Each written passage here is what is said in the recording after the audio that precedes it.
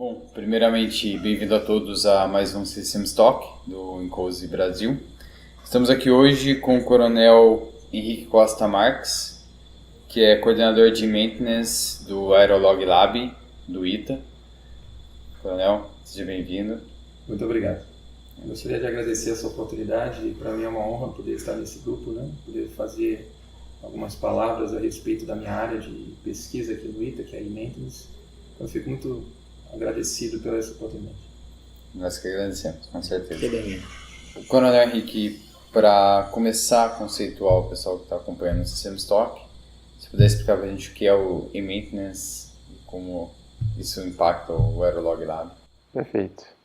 Então, a área de maintenance para nós no Aerolog Lab, ela surgiu dessa iniciativa que houve juntamente com a Universidade de Luleå, que é da Suécia, onde eles têm o e-maintenance lab.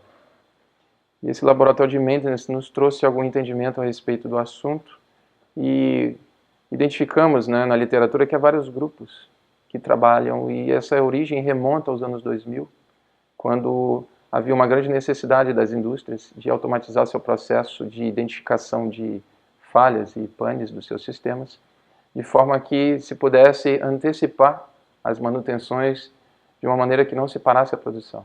Então, no início dos anos 2000, isso aconteceu e era um prenúncio da indústria 4.0, de toda essa automação do processo industrial. Só que esses grupos diferentes, não como o Luleå, que hoje declara muito especificamente o que é maintenance, vários grupos na época dos anos 2000 tinham visões diferentes a respeito de maintenance.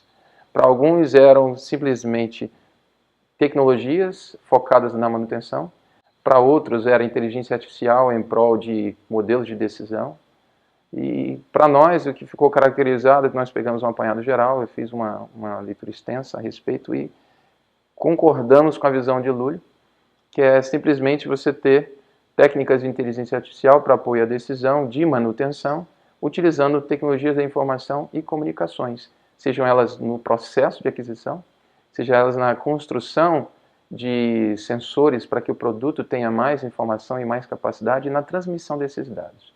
Então, o e-maintenance tem essa característica.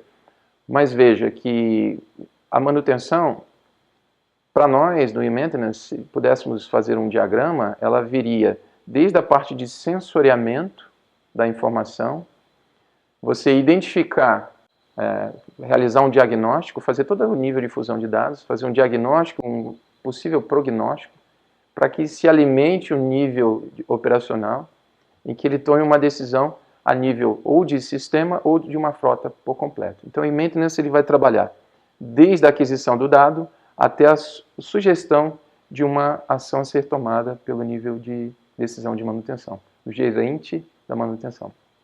Então, para nós, esse é o escopo de maintenance do Laboratório de Engenharia Logística do ITA, com essas visões, ou seja, manutenção centrada, baseada em computação, usando a parte de computação em apoio.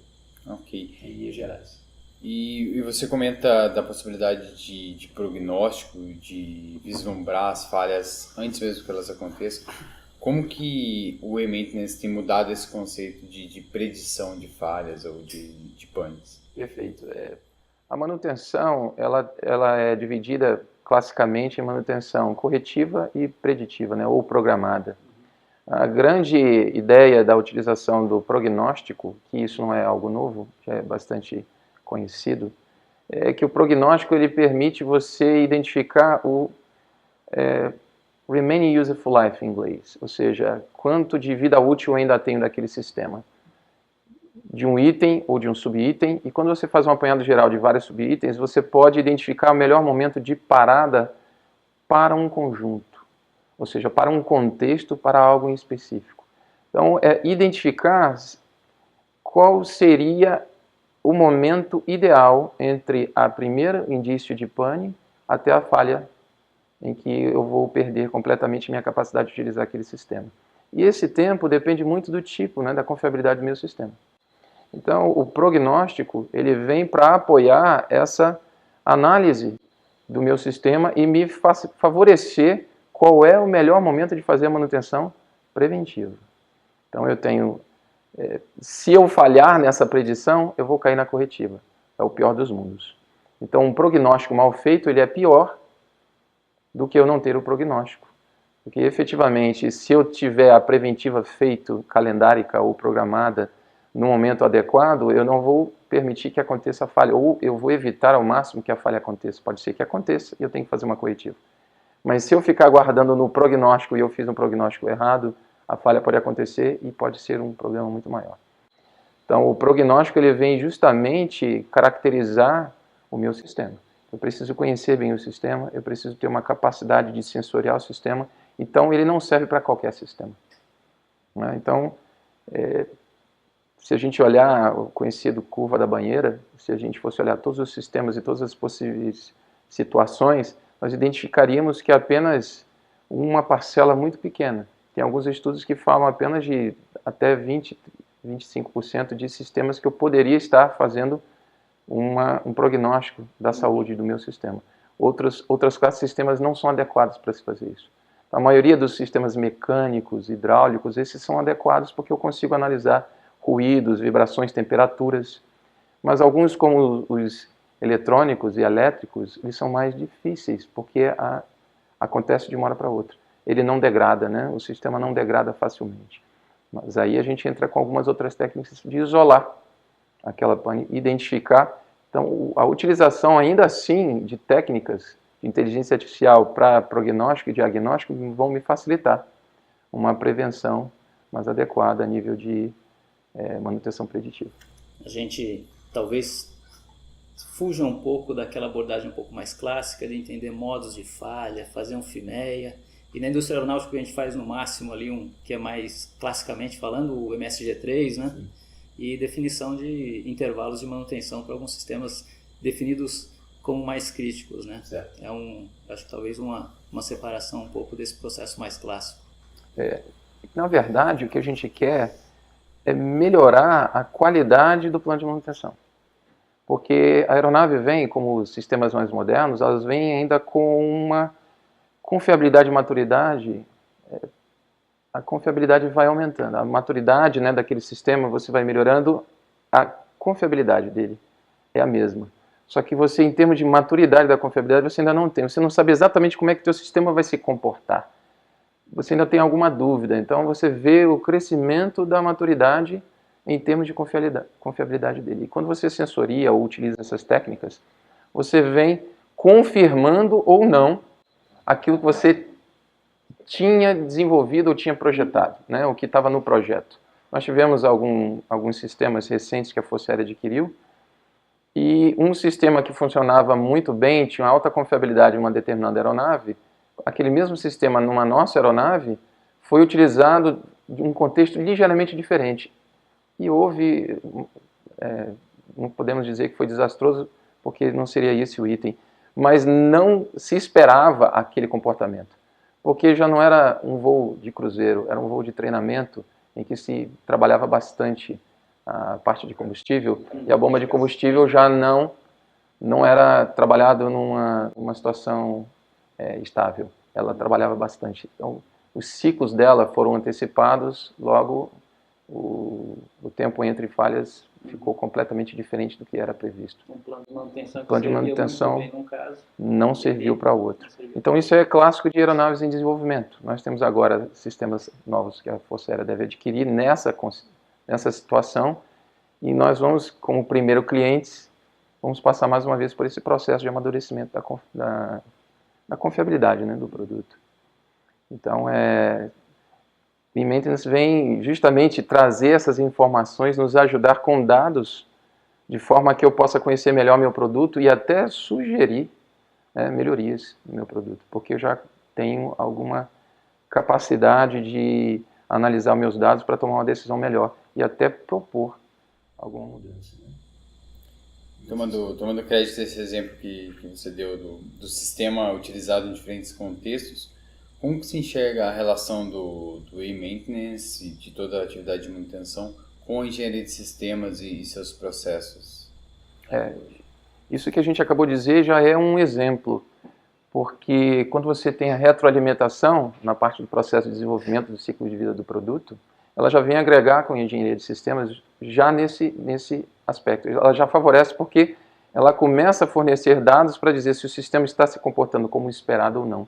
Você valida ou não aquele como se fosse um experimento, né? Só que aí você está na utilização dele já. Você já está numa fase de utilização e de suporte ao teu produto. Então, o maintenance ele tem essa característica de se ligar nessa fase de apoiar a melhoria do processo ou de você conhecer melhor e até fazer uma projeção do que pode se tornar o teu produto a médio e longo prazo. Mas em termos também de engenharia de sistemas, o que a gente pode identificar é essa capacidade da gente trazer o acompanhamento do sistema para o nível de desenvolvimento.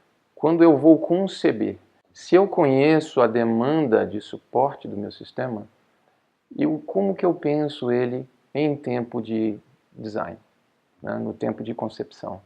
Então, uma das áreas que a gente tem se preocupado aqui de trazer justamente no ITA, no Aerolog Lab, é esse entendimento da suportabilidade.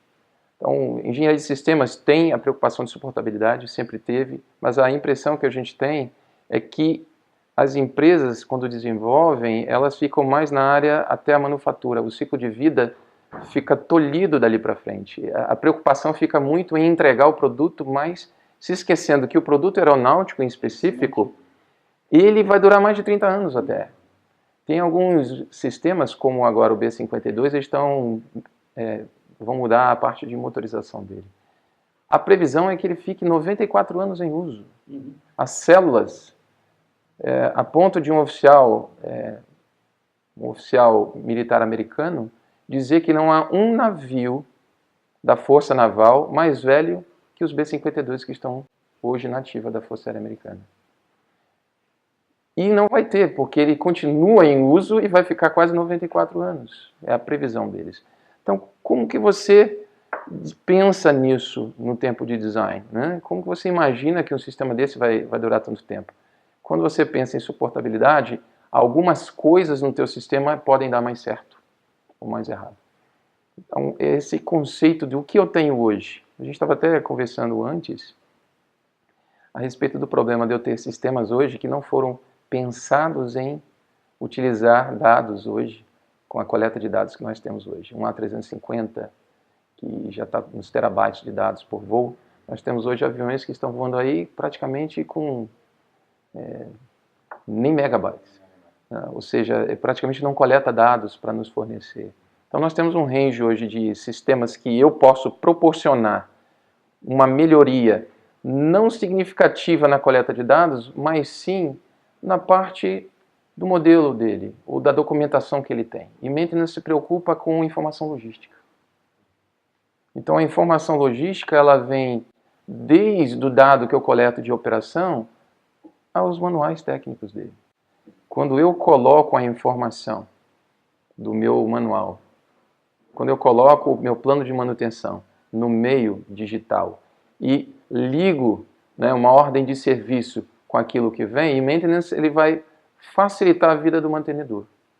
Então, você agiliza o processo de manutenção, é manutenibilidade. Você facilita e reduz o tempo em que o operador, o mantenedor, vai ficar atrás de dados, achar esses dados técnicos que ele gostaria de ter, né? E você traz, talvez, num tablet na mão dele. Ele não precisa se deslocar 1 quilômetro, 2 quilômetros de distância da pista até o seu hangar para pegar um manual, trazer de volta para a pista para realizar aquela operação. Então, em maintenance, em termos, e quando a gente olha agora de novo nesse desenvolvimento tecnológico, na concepção eu posso pensar, e se eu disponibilizar os dados do meu avião já com essas capacidades, com essas características? Então eu tenho que pensar isso em tempo de concepção. O maintenance vem apoiar um desenvolvimento já na concepção. Você pensa na estrutura que você precisa ter preparada para coletar aqueles dados e já faz o design for, né? Mas veja que interessante que eu não estou falando nem do produto em si, eu não coloquei um sensor, mas os dados que esse avião, ou essa aeronave, ou esse sistema produz, eu catalogo e consigo conectar com outras coisas de suporte a esse produto. Então é por isso que O ILS, né, Integrated Logistics Support, o suporte logístico integrado, os elementos do ILS são tão importantes. Quando eu falo de Computer Resources, por exemplo, eu penso em tempo de desenvolvimento, quais são os recursos computacionais que vão me permitir ter essa informação logística. Aí eu estou pensando já também no meu servidor, que vai guardar os dados do meu avião, ou meus dados de manutenção. Isso faz parte do produto. Embora não seja a aeronave em si, tem uma infraestrutura de apoio, uma estação de manutenção. O pessoal chama de produto estendido, né? Expandido. Aí vai da nomenclatura que Sim, mas assim, o seu sistema deixa de ser produto que você vê diretamente. Tem Exatamente. outros sistemas que colaboram. É por isso que a suportabilidade, quando eu penso, né, dos serviços que eu posso produzir após venda, tem uma gama, já começa a nos trazer, poxa, para fazer isso aqui seria mais fácil dessa maneira. Eu tenho até uma capacidade de inovar. Eu paro de fazer coisas que já eram comuns e começo, poxa, isso aqui, para isso eu preciso mexer nesse aspecto, trabalhar com uma informação diferenciada. Na hora de pensar numa manutenção ou num treinamento de manutenção, o pessoal já está usando CATIA para ver o posicionamento da mão, se entra ou não. Sim. Já entrou na fase de desenvolvimento do produto, essa tecnologia. Só que é o mesmo modelo 3D que eu uso no desenvolvimento, eu posso usar no treinamento. E treinamento é um elemento de ILS. E posso usar isso de várias formas. Posso usar no catálogo de peças. E isso vai entrar no site como um serviço. O cliente olha, eu preciso dessa peça, que ele viu ali, tirou uma foto, olhou no website da empresa, e são serviços. Isso me facilitou porque eu desenvolvi a aeronave já com esse conceito, com essa concepção de prestar serviço. E a gente não só está olhando o ciclo de vida do produto de uma forma mais completa, como a gente está gerando uma série de oportunidades de negócio. Exatamente. E usando uma informação que você já tinha a priori. Exatamente. E você não usufruía com essa visão, mas por que agora você está pensando exatamente com a informação logística para te prover vantagem do teu produto? Aí você tem um produto mais competitivo. E isso é o que a gente procura ver. Então, respondendo, né, essa questão do maintenance no ciclo ou na engenharia de sistemas, ele traz algumas características, alguma visão de possibilidades e vislumbres que podem facilitar o desenvolvimento para serviços, né? Então, e gerar oportunidades. Né? Gerar oportunidades de negócios futuros, além do que a gente tem hoje. A aeronave é parte do portfólio. Então, aquele serviço que você vai poder realizar através de coisas agregadas que ela te provê de informações, tem uma vantagem também.